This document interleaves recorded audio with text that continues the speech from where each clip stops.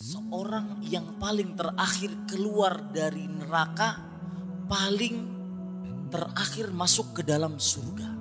Kita tahu dalam hadis-hadis sahih riwayat Imam Muslim di dalam Kitabul Fitan, dalam kitab Sahih Muslim, akan orang-orang yang mempunyai kebajikan walau seberat zarrah dikeluarkan dari neraka dan dimasukkan ke dalam surga.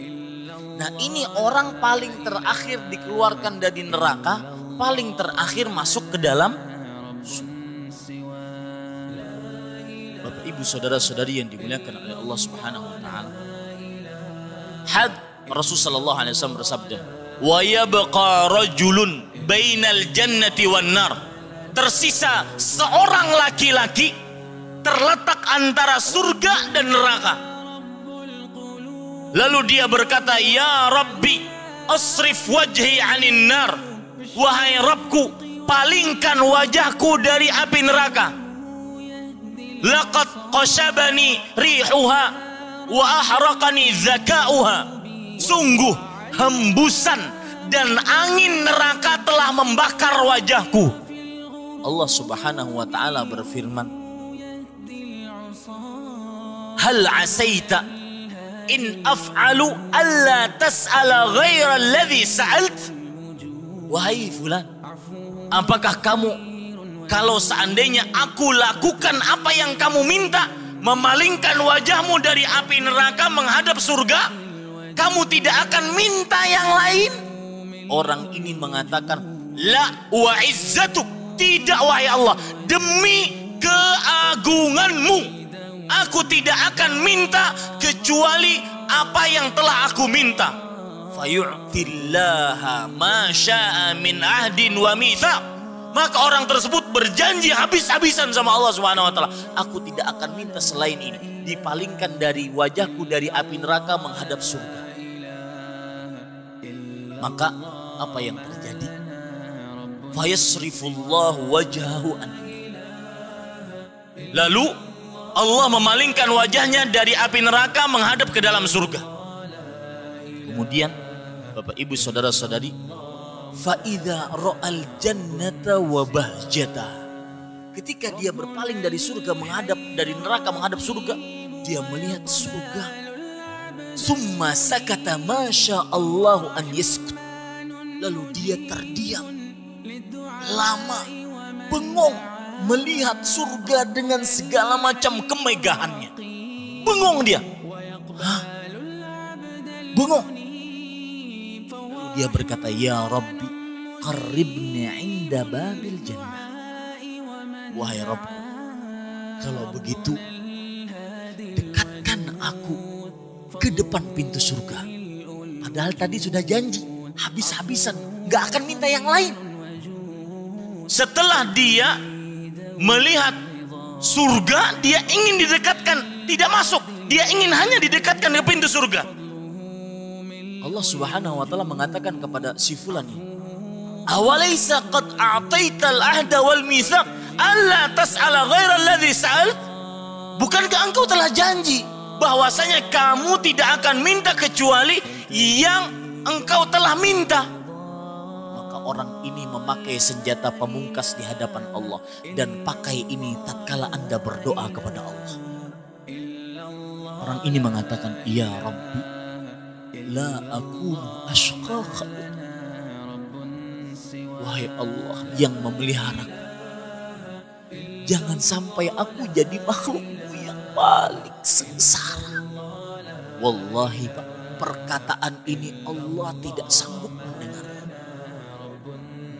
Perkataan seperti ini, seorang hamba mengaku dia adalah makhluk Allah, mengaku dia adalah hamba Allah, mengaku dia adalah yang menyengsarakan, yang memberikan kebaikan hanya Allah. Allah tidak sanggup mendengar perkataan seperti ini. Maka faqarrabahu 'inda babil jannah. Allah pun mendekatkan dia ke depan pintu surga. Lalu Allah Subhanahu wa taala, orang tersebut fa'idha balagha babaha, ketika sampai ke depan pintu surga, ra'a zahrataha wa ma fiha minal mudrah was surur. Dia melihat indahnya surga dan kesenangan, kebahagiaan yang ada dalam surga. Saya kata, Masya Allah, an yaskut.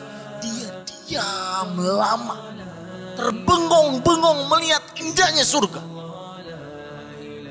Maka orang tersebut mengatakan, Ya Rabbi, adkhilnil jannah.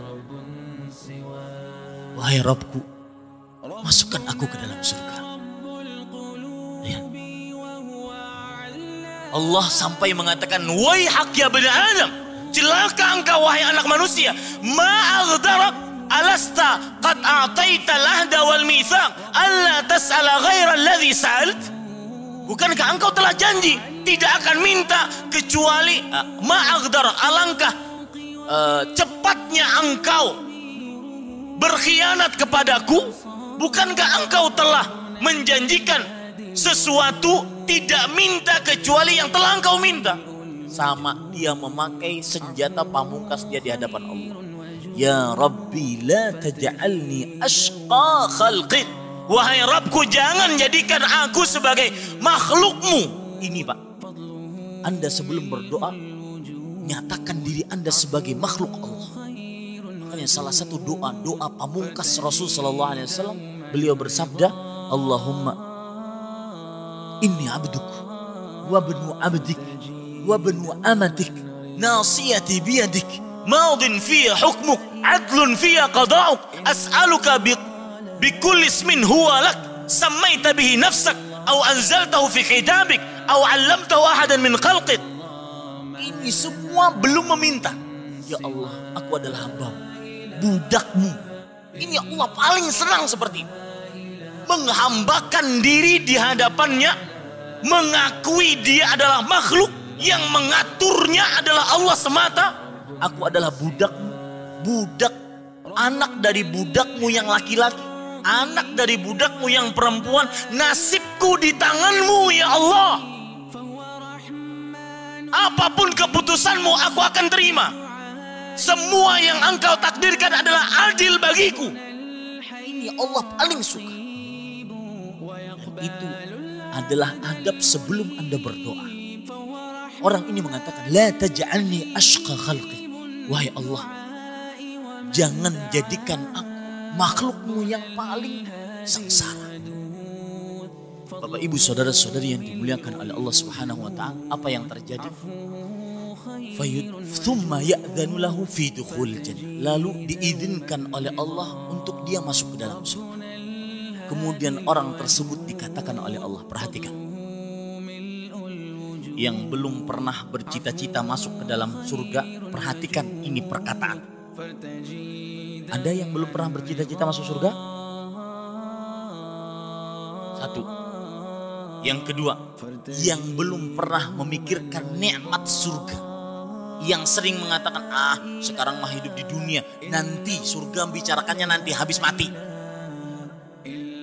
Yang belum pernah tertarik dengan surga, perhatikan. Atau orang-orang yang menjual surganya yang hanya untuk mencari secuil dunia,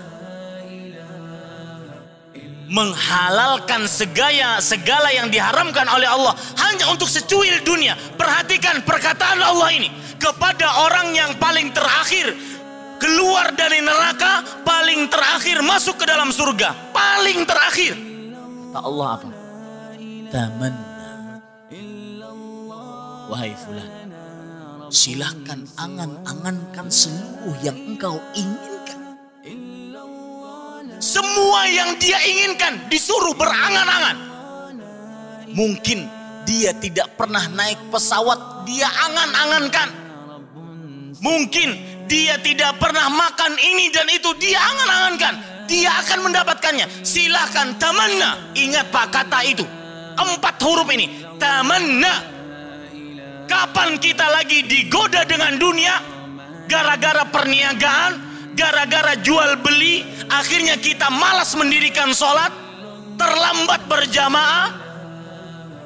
Gara-gara perkara dunia, kita akhirnya tidak pernah membaca Al-Quran, lupa berzikir, tidak mau bayar zakat, lupa hari akhirat. Ingat 3 ini, 4 kata ini. Tamanna. mim, nun dan nun. Artinya berangan-anganlah nikmat surga. Mungkin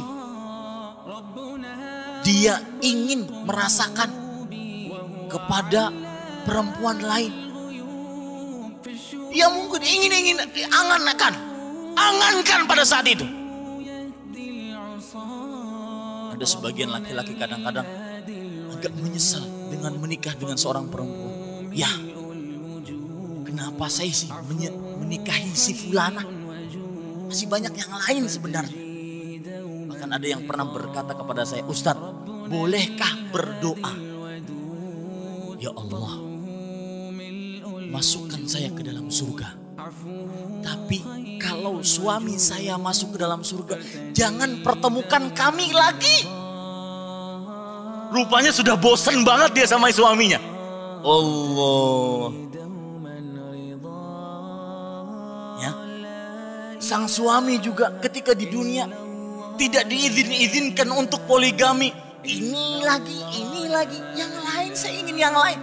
Di saat itu, di saat dia terakhir masuk ke dalam surga, dia suruh berangan-angan. Silakan angan-angan apa saja.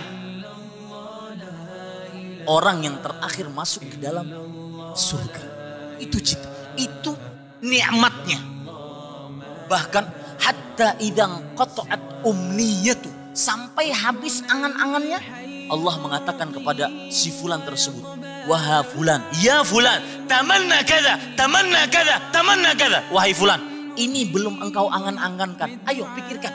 Ini belum engkau angan-angankan. Ayo pikirkan. Ini belum engkau angan-angankan. Ayo pikirkan. Dibantu oleh Allah berangan-angan agar dia mendapatkan benar-benar nikmat yang indah. Hatta idzan qata'at bihil amani, ketika sudah habis angan-angannya, fayadhaqullahu min, Allah pun tertawa darinya. Tsumma yaqul, kemudian Allah berfirman, lakadha, kamu akan mendapatkan sesuai dengan apa yang kamu angan-angankan. Itu nikmat surga, orang yang masuk surga paling. Belum selesai. Wa mithlahu ma'ah, dan 2 kali lipatnya lagi.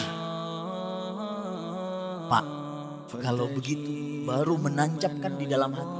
Kalau seandainya belum nancap juga dalam hati, saya bingung menjelasinnya gimana. Kalau belum nancap juga ingin masuk surga, bingung bagaimana menjelaskannya. Dari sini kita akhirnya benar-benar yakin, jangan pernah mensyirikkan Allah. Karena yang meninggal dalam keadaan tidak pernah mensyirikkan Allah Subhanahu wa ta'ala, pasti dia masuk surga. Yang nikmatnya tadi seperti itu.